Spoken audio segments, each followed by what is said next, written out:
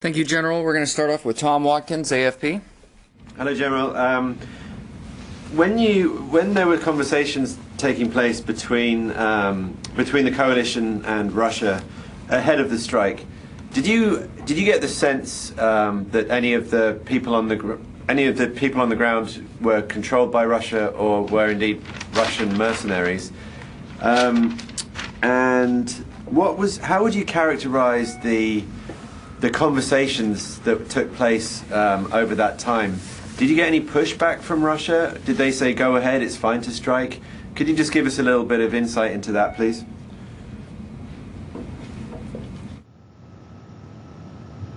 Sure, thanks for that question. So what I would tell you is, as I indicated, the deconfliction line has remained open, and it remained open throughout the entire week prior to that strike, and the discussions on the line remain professional, and we have remained in a position where we continue to talk with them on a daily basis. As I mentioned, I don't want to speculate on who was down there. That remains something that we'll continue to take a look at and work our way through. But I think it's important to acknowledge that prior, during, and after the deconfliction line was open, was used, and as I highlighted, remained a professional way to work deconfliction in that particular area that the operation occurred. You didn't address the part of my question where I was asking you to just characterize a little bit those conversations. Did the Russians give you any resistance to you conducting these strikes?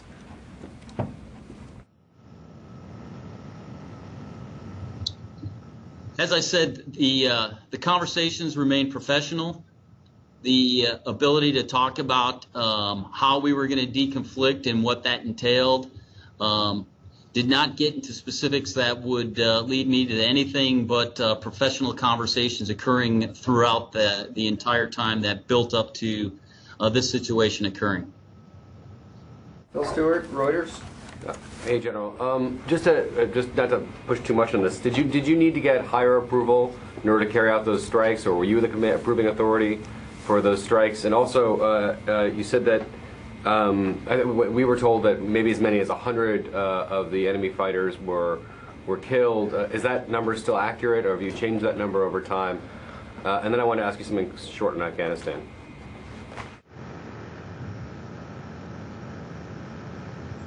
Okay, thanks for that. So let me go back to the application of self-defense ROE and the understanding that as those troops were in contact, our SDF partners and coalition advisors there, when those kinds of activities occur, the ground commander is ultimately the individual that's going to make the decision, because they're taking fire, they're closest to that situation, and we empower them to make those decisions, because that's how self-defense ROE is applied.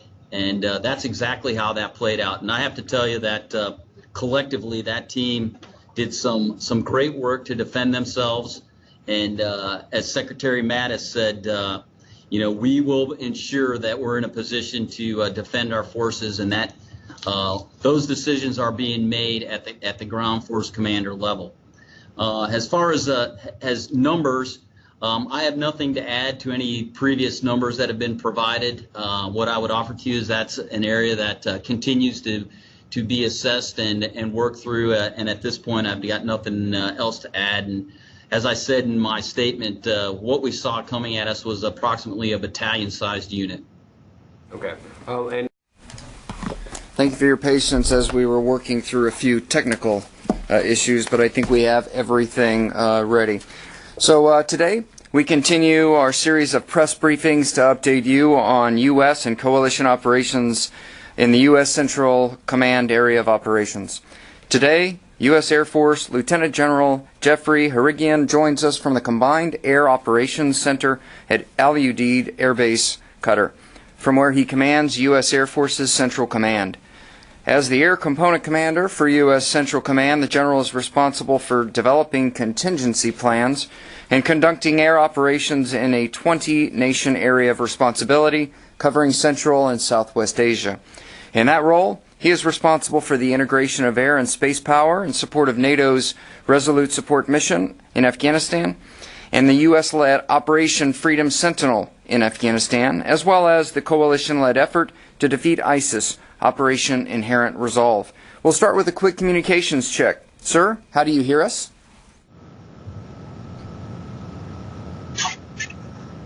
I have you loud and clear. Me.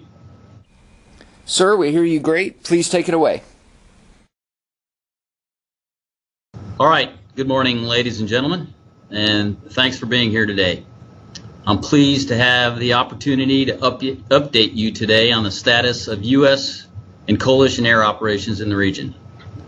First, in Operation Inherent Resolve, we continue to experience significant progress in the fight to defeat ISIS and support our partner forces in Iraq and Syria.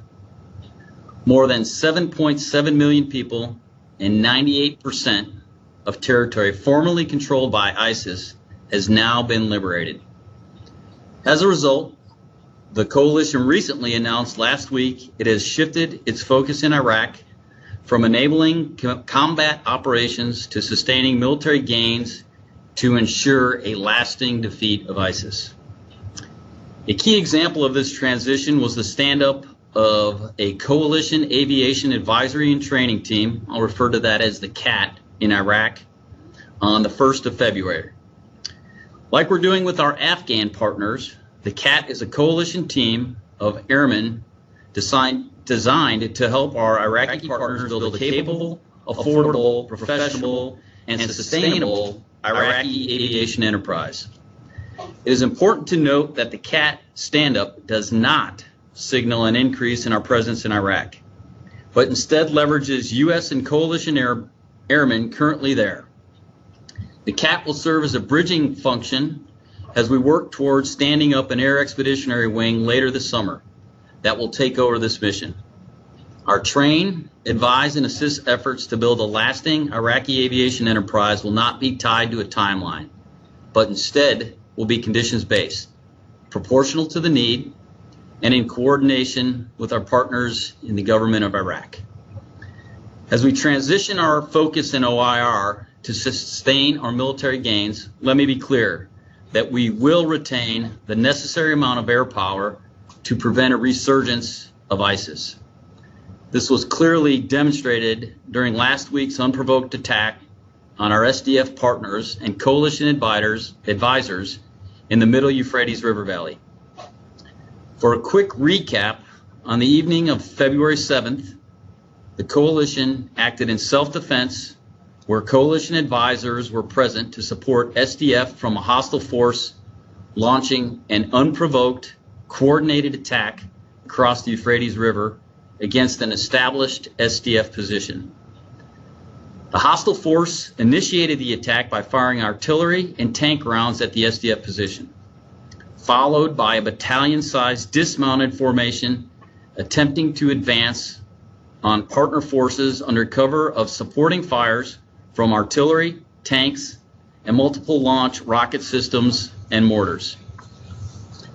At the start of this attack, coalition aircraft, including F-22s and MQ-9s, were overhead providing protective overwatch, defensive counter-air, and ISR support, as we have done daily throughout the fight to defeat ISIS. We immediately contacted the Russian officials on the deconfliction telephone line to alert them to the unprovoked attack on a known SDF and coalition position. After these calls, coalition officials approved strikes to destroy hostile forces. On the ground, Air Force Joint Terminal Attack Controllers embedded with the SDF called in precision strikes for more than 3 hours from aircraft and ground artillery, directing F-15Es, MQ-9s, B-52s, AC-130s, and AH-64 Apaches to release multiple precision fire munitions and conduct strafing runs against the advancing aggressor force, stopping their advance and destroying multiple artillery pieces and tanks. As the hostile forces turned west and retreated, we ceased fire. Despite the attack being unprovoked, it was not entirely unexpected. The coalition observed a slow buildup of personnel and equipment the previous week, and we reminded Russian officials of the SDF and coalition presence via the telephone deconfliction line. This was well in advance of the enemy's forces' attack. I know you're going to ask, so I'm going to be clear that I will not speculate on the composition of this force or whose control they were under. As I've said throughout my nearly 2 years commanding coalition air forces, we are focused on a singular enemy, ISIS. We're not looking for a fight with anyone else, but as Secretary Mattis said last week, if you threaten us, it will be your longest and worst day. Despite this distraction, the progress made to defeat ISIS has allowed us to realign some of our deployed combat air power and personnel to Afghanistan, including A-10s, MQ-9s, and HH-60s. These aircraft will provide increased air support to the South Asia strategy, as well as ongoing counterterrorism efforts and Afghan-led operations. This plus-up in air power is also producing tangible results as part of a deliberate air campaign that we kicked off in late November to decimate the Taliban's primary revenue source, narcotics production. Like in OIR, where we destroyed the oil production that ISIS depended on to fund their operations, our aim is to choke off the Taliban's ability to fund its deadly attacks, like the recent ones in Kabul. This campaign will take time, but it will not adhere to the Afghans' traditional fighting seasons. Instead, it will be relentless and persistent, as demonstrated by the 321 precision munitions we released this January against Taliban targets in the dead of winter, a time they typically rest and recuperate. Compare that to 54 in January of 2017. So this pressure will persist until the Taliban reconcile or die. We are already seeing positive reflections from our intelligence that the Taliban are not enjoying their typical winter break. Before I take your questions, I want to note that as we simultaneously tackle challenges with limited resources, I'm amazed at our airmen's innovation. As we realigned air power to Afghanistan, some of our really smart folks on my team suggested, hey, why don't we fly additional MQ-9s there instead of boxing them up and shipping them, something that we hadn't previously accomplished. Flying them took less than 10% of the time, allowing us to keep these assets committed to both fights for as long as possible. Ladies and gentlemen, again, thank you for being here. And with that, I'm ready to take your questions. Thank you, General. We're going to start off with Tom Watkins, AFP. Hello, General. When there were conversations taking place between the coalition and Russia ahead of the strike, did you get the sense that any of the people on the ground were controlled by Russia or were indeed Russian mercenaries? And how would you characterize the conversations that took place over that time? Did you get any pushback from Russia? Did they say, go ahead, it's fine to strike? Could you just give us a little bit of insight into that, please?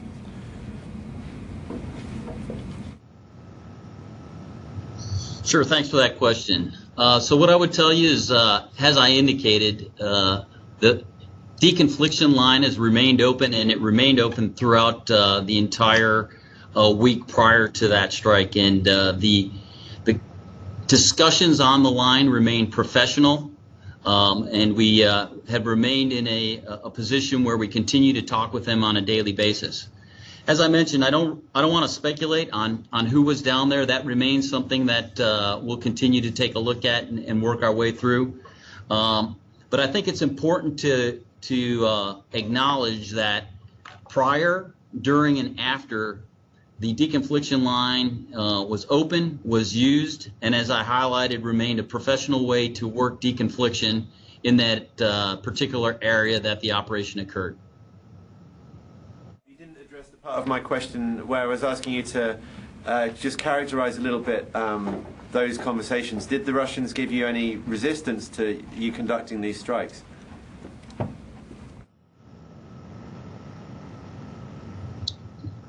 As I said, the conversations remain professional. the ability to talk about how we were going to deconflict and what that entailed. Did not get into specifics that would lead me to anything but professional conversations occurring throughout the entire time that built up to this situation occurring. Bill Stewart, Reuters.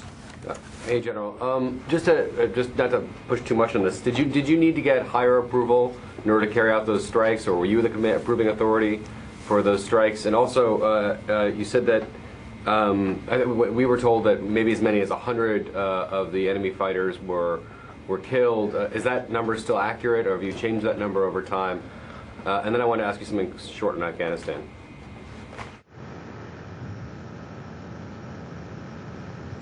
Okay, thanks for that. So let me go back to the application of self-defense ROE and the understanding that as those troops were in contact, our SDF partners and coalition advisors there, when those kinds of activities occur, the ground commander is ultimately the individual that's going to make the decision, because they're taking fire, they're closest to that situation, and we empower them to make those decisions, because that's how self-defense ROE is applied. And that's exactly how that played out. And I have to tell you that collectively that team did some great work to defend themselves. And as Secretary Mattis said, we will ensure that we're in a position to defend our forces, and that those decisions are being made at the ground force commander level. As far as numbers, I have nothing to add to any previous numbers that have been provided. What I would offer to you is that's an area that continues to be assessed and worked through. And at this point, I've got nothing else to add. And as I said in my statement, what we saw coming at us was approximately a battalion-sized unit. Okay. Sorry, I've just changed my mind. I'm not going to ask about Afghanistan. I did want to double check. There was some reporting in Syria last week about a shoulder-fired rocket, obviously up in the Afrin area. Have you noticed any increase in man pads, or are you aware of man pads in Syria that have since that incident that have changed the way that you fly, or can you talk a bit about how you're dealing with the man pad threat in Syria?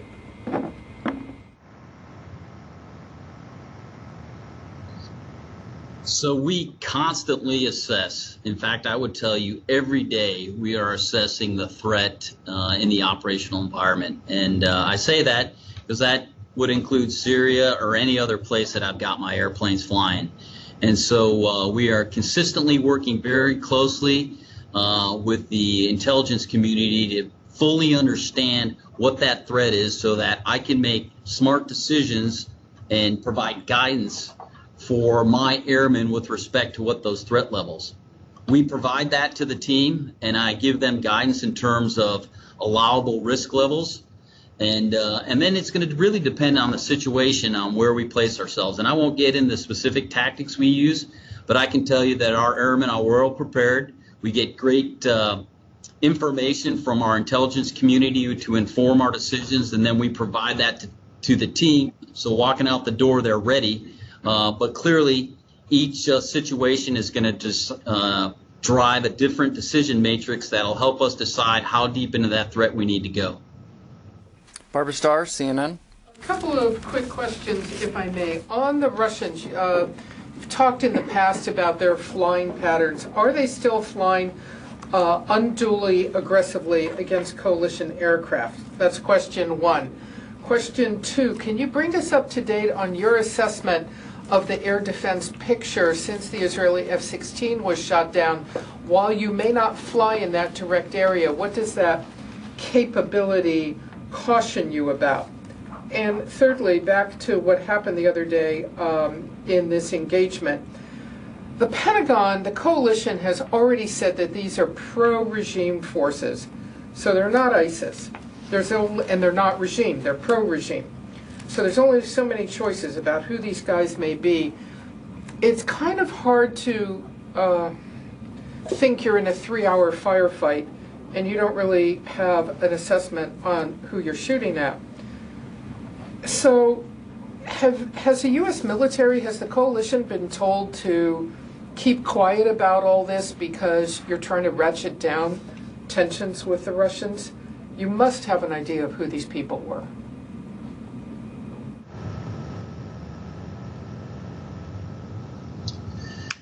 Thanks, Barbara. Appreciate those questions. Let me get back to the first one about the Russian flying and how those activities have progressed over time. What I would tell you is clearly the Russian activity has moved away from where we've been operating down in the Euphrates River Valley, and their operations clearly have migrated up to the northwest in support of their specific objectives and what they're trying to achieve up there. So quite frankly, our interactions with them in comparison to what we had seen probably 2 months ago is significantly decreased. And so with that in mind,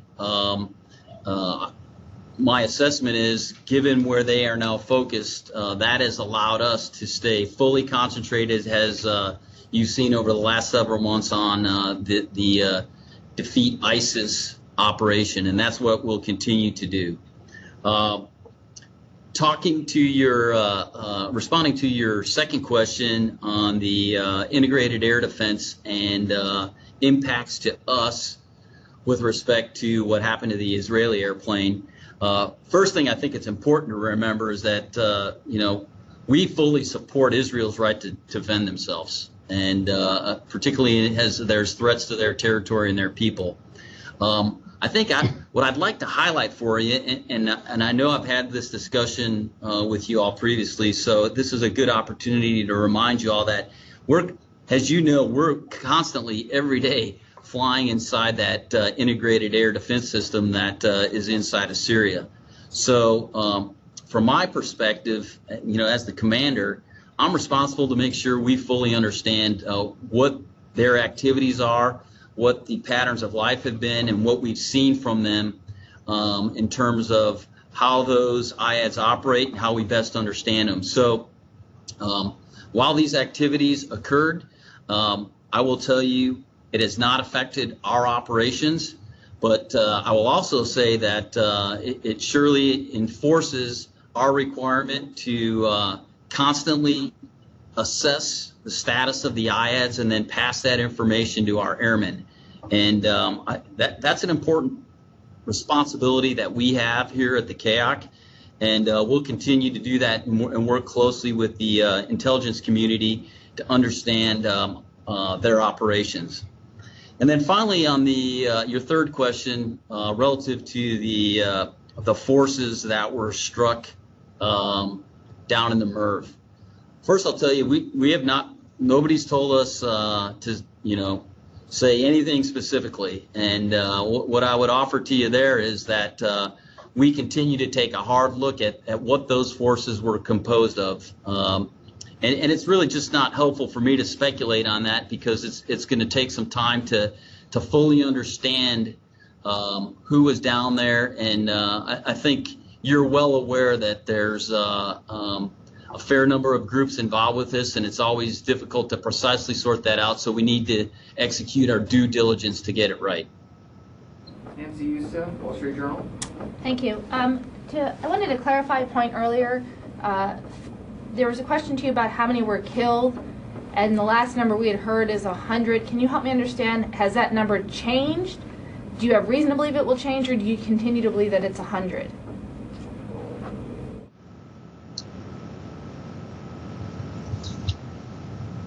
So that number, to my knowledge, has not changed. As we continue to understand what happened and assess that engagement, that's from my position, that's the number that's been reported and still being assessed, and I'm fairly certain that will continue to happen.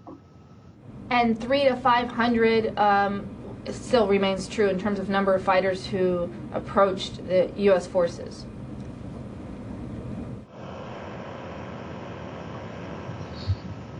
Yes, ma'am. We're saying a battalion-sized unit that was dismounted. In other words, there were some that continued on that attack, and those numbers are a best estimate.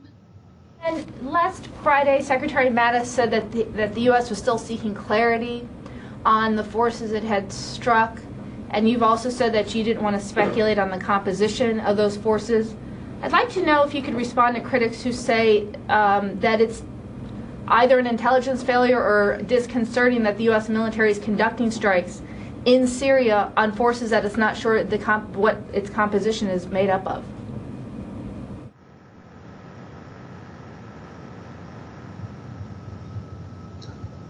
So I guess I missed the question there. Can you repeat the question? I'd like you to, if you could, please respond to critics who would say that either it's an intelligence failure or at best disconcerting that the United States is conducting strikes in Syria on a group of forces that it's not sure the composition of. Is it that you know the composition of parts of it? There's a concern about the U.S. conducting airstrikes with the level of air power that it used, and now saying it's not sure who precisely it struck.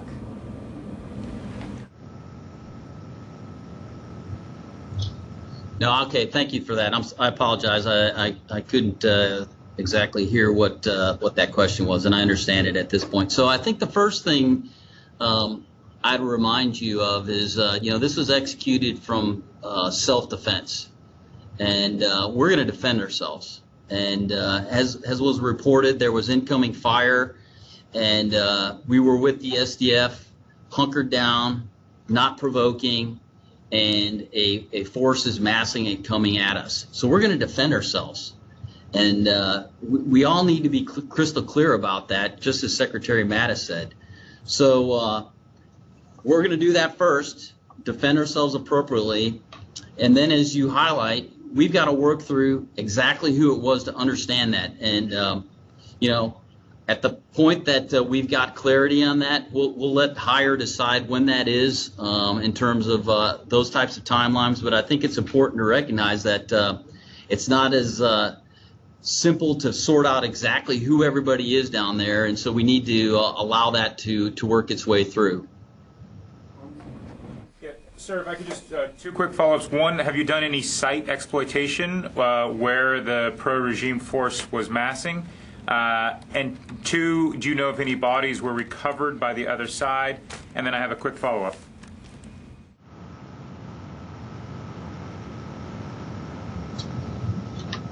So relative to your first question, certainly we continue to watch that area and ensure that our SDF partners and our coalition advisors that remain in those positions are aware of any other threats that might be coming towards them, much as we did prior to that initial attack. Our goal here is to get back to fighting ISIS. And so the intent here is to ensure we protect ourselves, maintain good operational understanding of the environment around our partners and our coalition advisors while prosecuting the fight against ISIS. So that's job one. And, as far as NESSC, if we're doing that, that's going to be something that we want to keep close hold and make sure that we're protecting our operational security and the details associated with that. Finally, with respect to the bodies, I have no knowledge of any of those bodies getting pulled out of there and can't comment on that. And just to follow up kind of on Barb's question, when you guys say in the future that this was a pro-regime force, not specifically to this incident, but does pro-regime force always rule out regime force?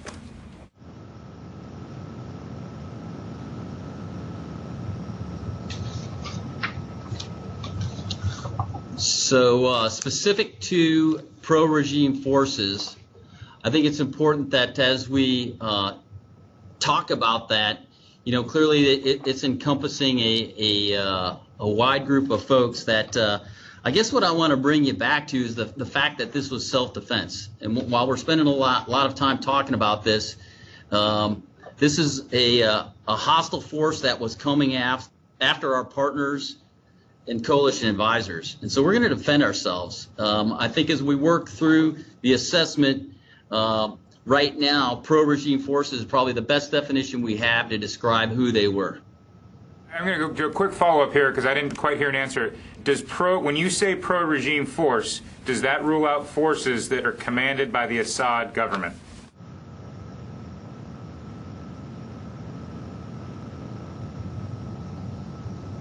Those are all that's all part of the regime and pro-regime forces. So I guess the specific answer to your question would be pro-regime forces is going to involve all those that are supporting the regime. Lucas? General, you mentioned you want the focus on ISIS, but it seems like as ISIS is largely being crushed in Iraq and Syria, your forces and partner forces are increasingly under attack from Turkish-backed forces, from Russian-backed forces, from Syrian-backed forces, and from these, quote, pro-regime forces. Can you discuss the challenges that are facing your forces on the ground in this new environment?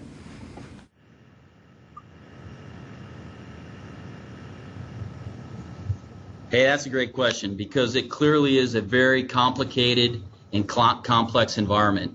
And for both our forces on the ground and I would say for our forces in the air, this environment requires the professionalism and discipline of a force that's able to manage and understand the environment such that we can make timely decisions in terms of understanding, number one, how we're going to protect ourselves, and then number two, get after the ISIS fight. So I would share with you that each and every day we are trying to ensure that as folks are preparing for those operations that support the de-ISIS fight, we have as best an understanding of what the Turkish and Russian forces are doing today so that we can continue to get after ISIS and prosecute that fight. Because what I'd highlight to you there is while we have pressured them and done some great work to deny them of the physical caliphate, there's a pretty significant fight still going down in the southern part of the Euphrates River Valley, and so that's an important piece that I would share with you. That while we've had to defend ourselves, that part of the fight is still ongoing, and we continue to prosecute it. And can you discuss in detail about what happened last weekend? It appears that U.S. forces came under attack for a second time in a week. Do you think that attack in eastern Syria was linked to the Iranian drone flying over Israel? And can you rule out that any Russian troops or Russian-backed forces were killed in those in the U.S. response?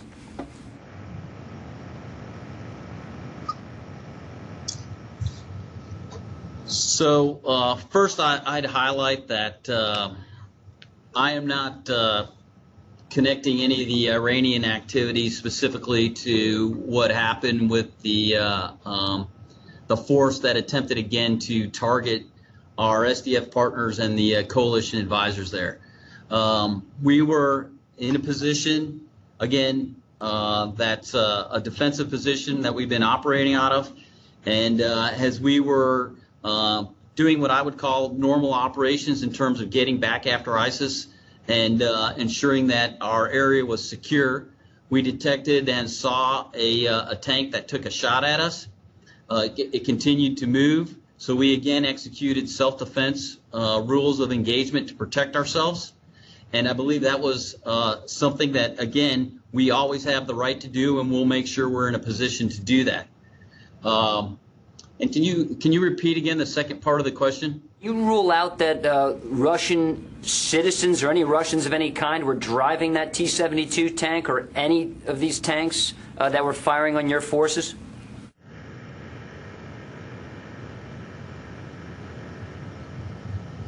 I don't know who was driving it, and so it's not going to be helpful for me to try to sort that out at this particular time.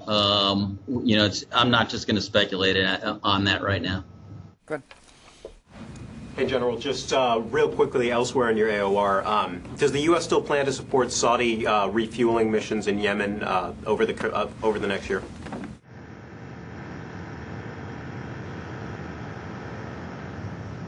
Yes, sir. We continue to support them with air refueling and also in an advisory capacity.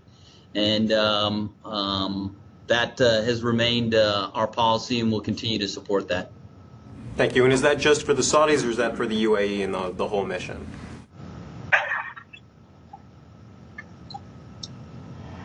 It is for both of them. Lily? Thank you, General. What is the level of threat posed by the terrorist safe havens in Pakistan? What is the level of threat posed by the terrorist safe havens inside Pakistan?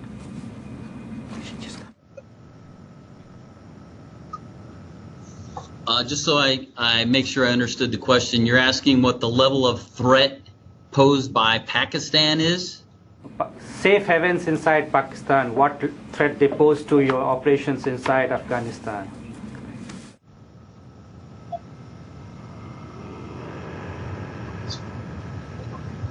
Okay, thank you for that. We continue to work closely with our Pakistan partners, and what I would tell you is, first off, our intent is to make sure that Pakistan continues their fight against terrorists and does all that they can to support not only protecting themselves but also protecting coalition and Afghan partners that are operating there. And so they continue to execute that, and it is something that we consistently work with our intelligence community to understand. Okay. Joe? Thank you. General, I would like to go back to what happened over the weekend in the Israeli airspace. Could you confirm that the drone that was shot down was an Iranian drone?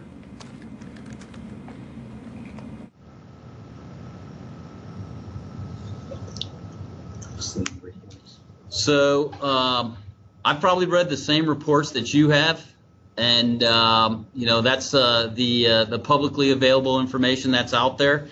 And from our perspective, that's what we're reading. Probably best to talk with the Israelis and get their opinion, because they'll have the best information. Quick follow-up, sir. From your perspective, do you think shooting down an Israeli F-16 represents a change in the rules of engagement by the Syrian regime or the Iranian regime?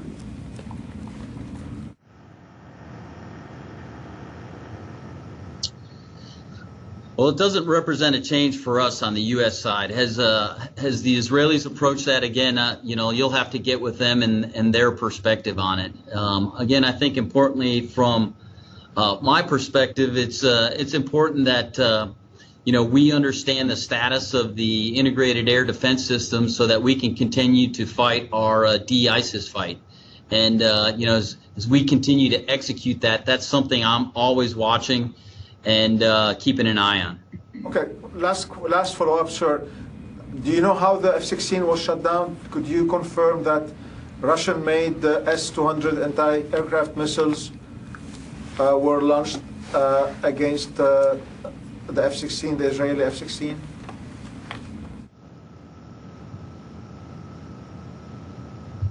So I'm not going to speculate specifically on what we know or don't know. I think it's important to understand that the Israelis have the right to defend themselves and any threats to their territory or their people. And so I think that's important to remember, and quite frankly, that they'll have the best information on what they believe took down that particular airplane. Jeff Shogel? Thank you. General Jeff Shogel with Task and Purpose. I believe you said that the JTACs called in airstrikes and artillery strikes for 3 hours involving B-52s. Can you give us a sense of how many bombs and how many shells were used in this 3 hours?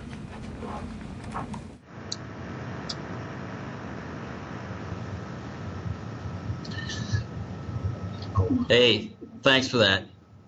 I don't mean to be flippant about this, but there are a lot. And those guys did some phenomenal work. While I'm highlighting the JTACs, they were working closely with the ground commander and under significant pressure and in a very intense environment. And they basically were able to manage that situation and self-defend themselves and the SDF partners in a magnificent fashion.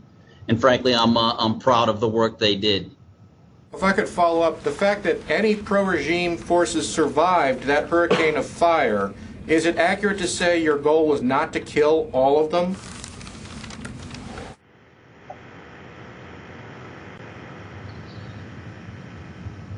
Our goal is to defend ourselves in that situation, and that's what that was all about. And so as I highlighted to you, once that ground commander, who was the closest guy to the fight, felt that he had defended himself and he was no longer threatened by that force, we ceased at that particular point. And that's his decision and his decision alone. And I think it's important that all of us that want to look back on this recognize how he handled that and those decisions that were made, and I applaud his efforts. Can you just give us a ballpark of a lot in terms of shells and bombs, maybe tonnage-wise?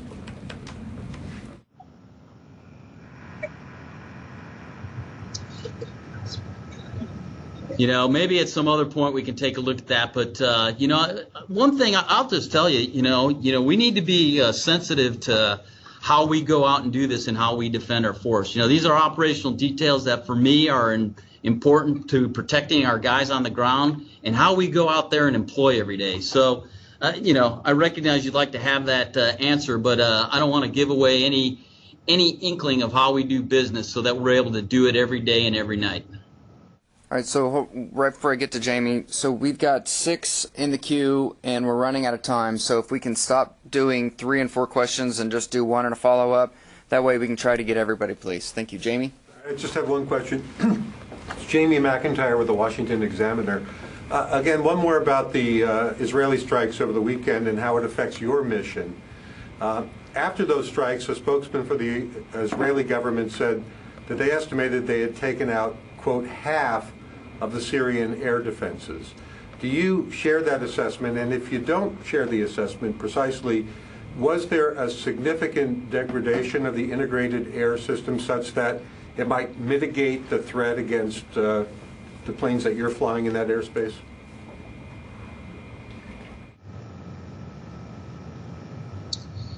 Hey, thanks for that.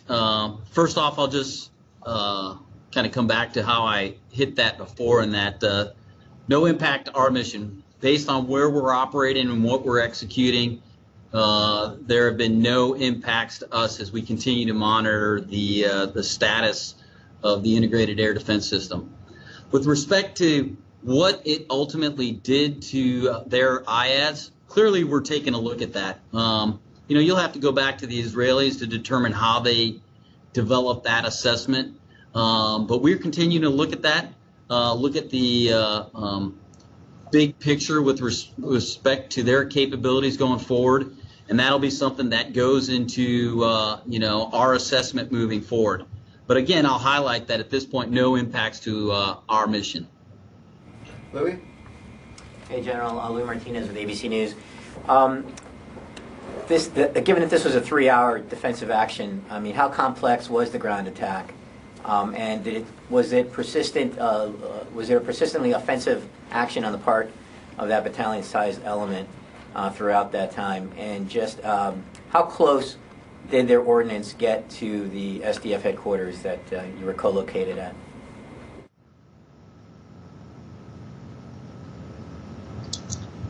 Thanks. First off, with respect to complexity, I'm not going to go into the specific details of exactly what they were doing, but they had a plan. They were looking to execute it, and I would tell you that the ground force commander and I personally talked with the JTACs, and it was persistent. Those entities, our team on the ground in coordination with the SDF, did some phenomenal work to defend themselves and then manage in the middle of the night a very complex environment that incorporated surface-to-surface, air-to-surface fires to defend themselves.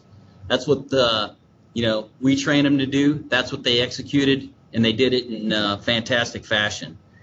What was the last part? You were three-parting me there. So what was the last part of it?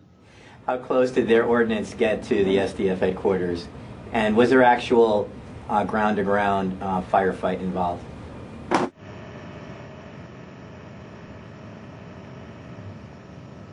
I won't get into the specifics of exactly how close they got, but let there be no doubt the ground force commander felt threatened, so he responded, leveraging the assets he had available to him. General, if you could just shift to Afghanistan quickly. The plan was to be moving a lot of the assets from the ISIS campaign over to Afghanistan, things like J-stars and tankers and rivet joints. Has any of that slowed or been impacted by Turkey's operations and the unexpected tempo of things going on still in Syria? And in Afghanistan, can you talk a little bit about the increase in close air support sorties and these strikes on the drug labs, the whole campaign? How's it started off for the first couple of months now that we're into February?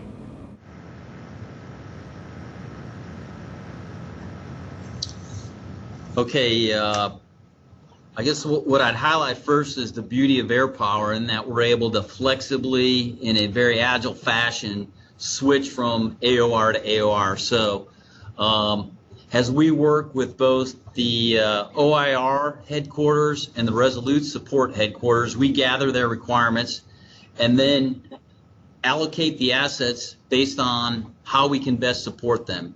So what I would share with you is that we've been able to ensure that when required, we've had the decisive air power required, whether that be for ISR, target development, overwatch, those type of activities. We have what we need.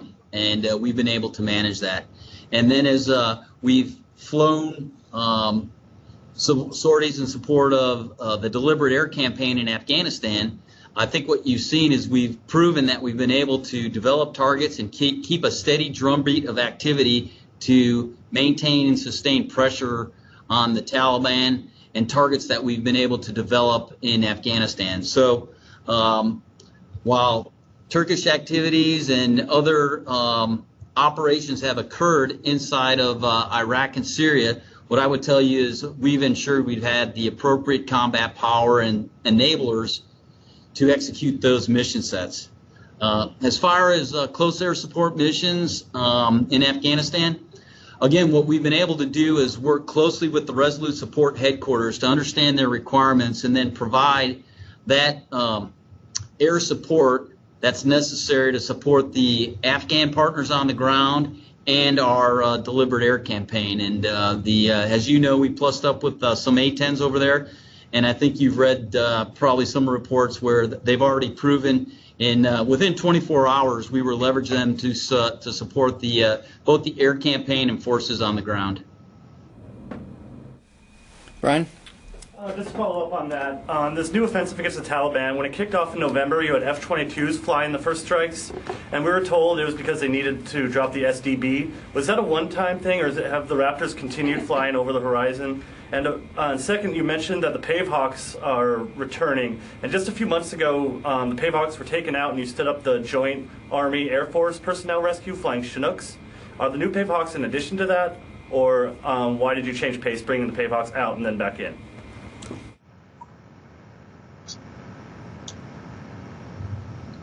So first on the Raptor question, as you're probably aware yet, yes, we did use them. We have not used them since. We could if we needed to, but based on when that occurred and as you highlighted the requirement for small diameter bombs, we brought the Raptors over there. In and amongst all this discussion, as you're probably aware, as we look at targets, we're going to match the best weapon for that particular target. And based on the assets that we had at that time in theater, Raptors made the most sense.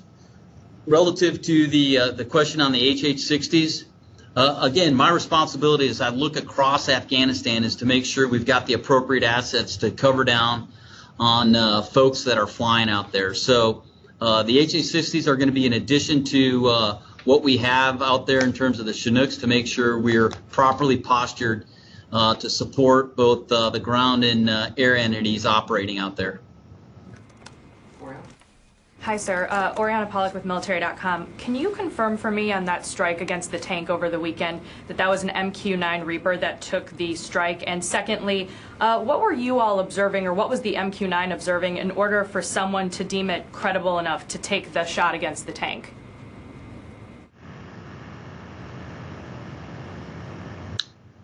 So first, yes, it was an MQ-9. And then second, I'll go back to the concept of self-defense and how we rely upon our folks that are on the ground to make that decision, primarily the ground force commander. And what happened in that particular scenario is the tank that fired was within an effective range to target our SDF and advisors on the ground, which clearly provides him the ability to defend himself, and he made that decision appropriately so, and that was the result. Thanks. We're going to finish up with Lucas. General, have there been any other attacks besides the strike on Saturday against the tank and then against the battalion last week? Any more attacks between these pro-regime forces and U.S. troops, U.S. Special Ops troops, and their allies in eastern Syria?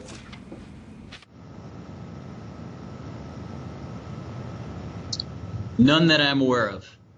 And you destroyed one tank over the weekend. Did any tanks get away?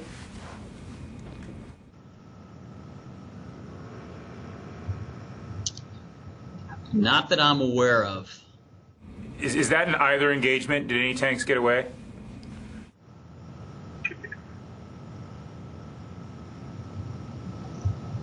Not that I'm aware of. Sir, thank you very much for your time today. Do you have any closing remarks for the group?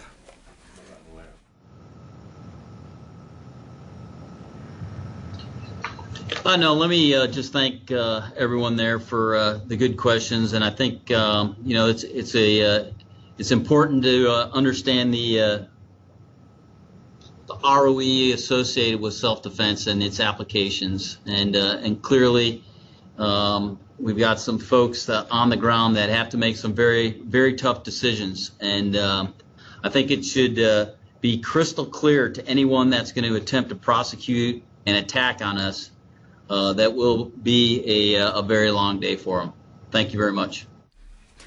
Thank you, sir, and thanks for what you do for keeping our forces in the air and on the ground safe. That's Air Power. Ladies and gentlemen, that concludes today's briefing. Have a good day. Sure we're done.